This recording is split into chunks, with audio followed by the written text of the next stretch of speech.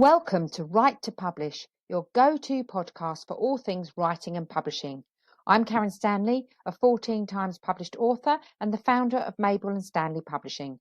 Join me as I share a multitude of tips and insights drawn from my own writing and publishing journey. We'll be hearing from some inspirational authors too, who will share their writing experiences and top tips for success. Each week, we'll learn about an aspect of writing, from composition to genre and from publishing to marketing. Listen in as we learn and chat about all things writing and publishing, and let's get you on the right path. Hello, and welcome to another episode of Write to Publish with me, Karen Stanley. I'm so pleased that you could join me here today. So our episode today, we're going to talk about the power of community and why it's so crucial for writers. Community is a wonderful thing, whatever kind of industry, field, part of life you're in. We are sociable beings as humans, and sometimes working alone, which writing, let's face it, is a solitary process. You spend a lot of time on your own. You spend a lot of time with your own thoughts, and it can be quite isolating, and you can sometimes lose your motivation. It's difficult to remain motivated. So community, just like for every other walk of life, is really important and can really boost and help you on your journey. So let's talk about the benefits of what a writing community should do for you. Now, there are lots of writing communities out there. I run one myself, and some will be suitable for you and some will not. So it's important, as with anything, to do your due diligence. Look around, see what communities are right for you. I would be a little bit, there are loads of writing communities on sort of social media platforms like Facebook, for example, and whilst they're not bad, some of them are okay, you will get a lot of experts in there, in inverted commas. You do also get a few keyboard warriors. I hope I'm not speaking out of turn when I say that. So just be mindful about which tribe you join, because some will be really supportive and build you up and give you good advice, and some will do the polar opposite. So make sure that when you're joining a writing community, you really know what you're joining and you know how kind of to heart you need to take the advice. So for example, I go onto the Facebook writers groups all the time, and I just sort of have a little look around and I see what people are talking about.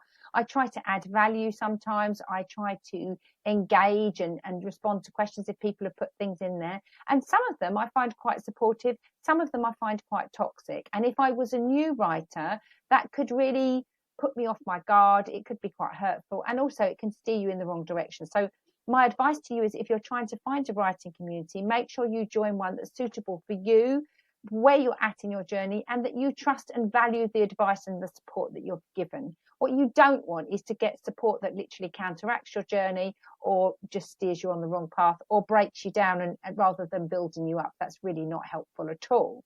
However, the first thing that we're going to talk about today with writing community is constructive feedback. What you don't want is to be in a community where you've got lots of yes people who tell you that stuff is great when it isn't, or perhaps it needs work. Similarly, you don't want to be in a community where people are just there to kind of criticize and tear you down. So you want constructive feedback. As a writer, what I will say to you is you do have to get pretty broad shoulders. You have to get used to people giving you their opinion on something that will be quite personal to you. Your book will feel like your book baby. So it can be really difficult to take advice sometimes. It can be really difficult to take feedback or a critique sometimes. And you can be inclined to take that a little bit personally if you're not careful, which is why, going back to my earlier point, it's really important to trust the source of that critique. If you're getting it from a source that you respect, value and trust, then it shouldn't be too bad. And hopefully that person will deliver the critique or the feedback with kindness, but you want it to come from somebody who knows what they're talking about, somebody who's actually been there. But also you might want it to come from fellow writers from the viewpoint of a reader. So I often say you shouldn't be a writer if you're not a reader. It's like trying to be a chef and you don't like food. It's kind of impossible, I would say. That's not too strong a word. So sometimes you'll want feedback from the point of view of technical writing advice, and sometimes you'll want it from the view of like, what would a reader think? You know, so you might be saying to people, well, can you read this as a writer, or can you read this as a reader? What would your initial reaction be? And sometimes those reactions and that feedback will correspond and will align with each other, and sometimes it might be slightly different. Because sometimes you can have something that is essentially a good piece of writing, but it might not appeal to your reader or satisfy sort of industry or genre kind of tropes or expectations. So a great thing about a community is that you can get constructive feedback, and it can help you to move your writing forward. So if you write something and you're not sure, and you can put it into that place that hopefully should be a safe place where it's kind of confidential, it's not shared with too many people who aren't part of that community, and it's given it with the right tone and from people who have some authority to do that, then that can be hugely helpful for you to pursue your writing journey and to improve on your writing. The other thing that communities are great for is accountability. I have lots of conversations with my clients about this, and one of the main reasons that people fail when they're writing a book, and when I say fail, I mean they don't finish, or they don't get started, or they start and then they get stuck, is a lack of accountability. Again, going back to my earlier point, it's a solitary process. It's a lonely kind of path. It can be a bit of a lonely path sometimes. So having that accountability can be really good to keep you on track. And whether that comes in the form of milestones, or whether it comes in the form of check-ins where you just get together and you share how many words you've written that month, whether you've reached your target, whether it's just someone to check in with and keep you on track, that accountability can be hugely helpful. And you can get that from fellow writers. You can get it from someone like me, like a writing mentor. It doesn't really matter where you get it from, but that accountability will be crucial to your success. And it will mean that you're much more likely to have success, and you're much more likely to finish your project and actually get it done. So accountability, that's a huge one.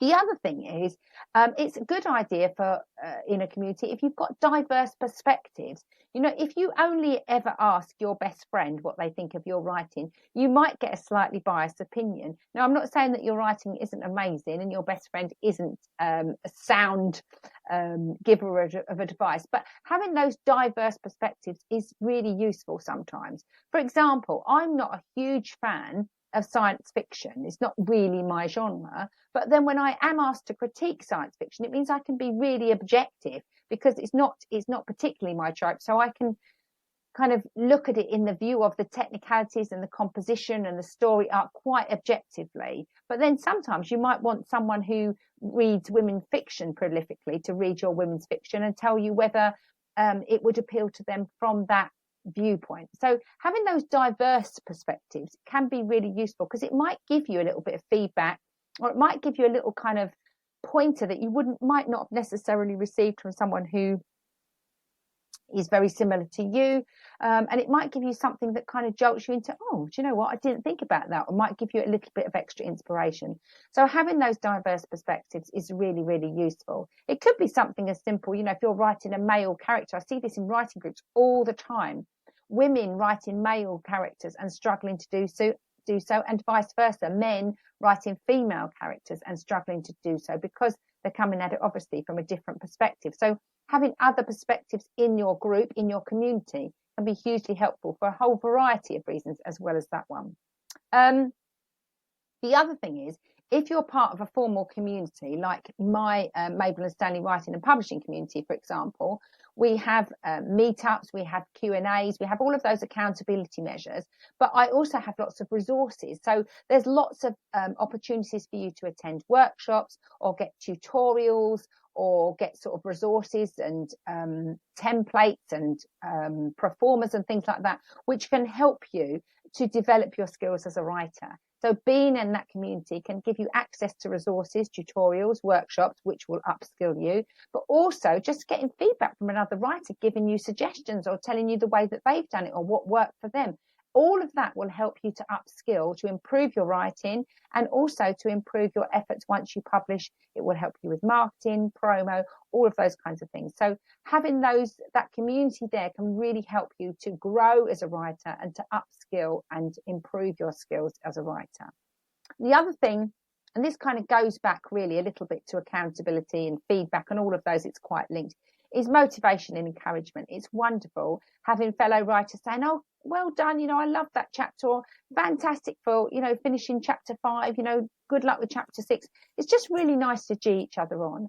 When I very first started my writing academy back in January of 2021, It was so lovely. I only had 5 writers in the academy then. And as each of them were coming to the end of their books and getting ready to move to the editing and publishing phase, the other members of that community were so pleased for them, were really cheering them on and championing them. And that was really lovely. It really felt kind of warm and a bit fuzzy.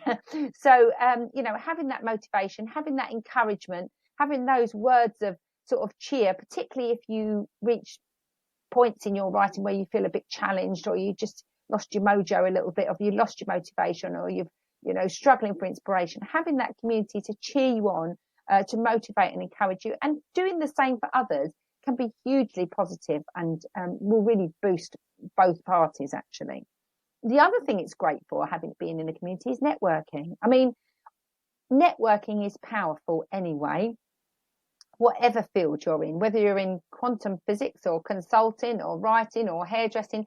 Networking can be a really great way, to bring new clients into your field. So if you're writing a business book, I mean, that can be amazing. But also, particularly from a writing point of view, you can just engage with other writers, see what they're up to, learn from them. This goes back to my earlier point about learning from your fellow peers. What have they tried that's worked? What have their marketing efforts yielded? What's worked? What hasn't worked? What did they think, oh God, I'm never doing that again? Or what did they think that was great? There's quite a few communities like that on Facebook where authors share what they've done and how they've done it, and motivate and inspire other writers. So that networking opportunities is amazing. And also, I have a writer friend. We meet regularly, probably around about once a week at least, I would say, sometimes more, sometimes slightly less. And we go for a walk with my dog Mabel. But the wonderful thing about that is we just spend sort of an hour or two just talking about writing. Now, if I tried to talk to my husband for 2 hours about writing, I'm pretty sure he would glaze over and leave the room quite quickly. So having that networking opportunity where you can just chew the fat and talk about writing and discuss your inspirations or your motivations or any challenges you've got, or perhaps someone's got a number for a great editor or a resource that they've used. So that networking is really powerful, and it kind of reinforces all of the things that we've just talked about. Being able to get feedback from people that you've trusted and that you've built relationships with, having that accountability, diverse perspectives, the opportunity to be motivated and inspired.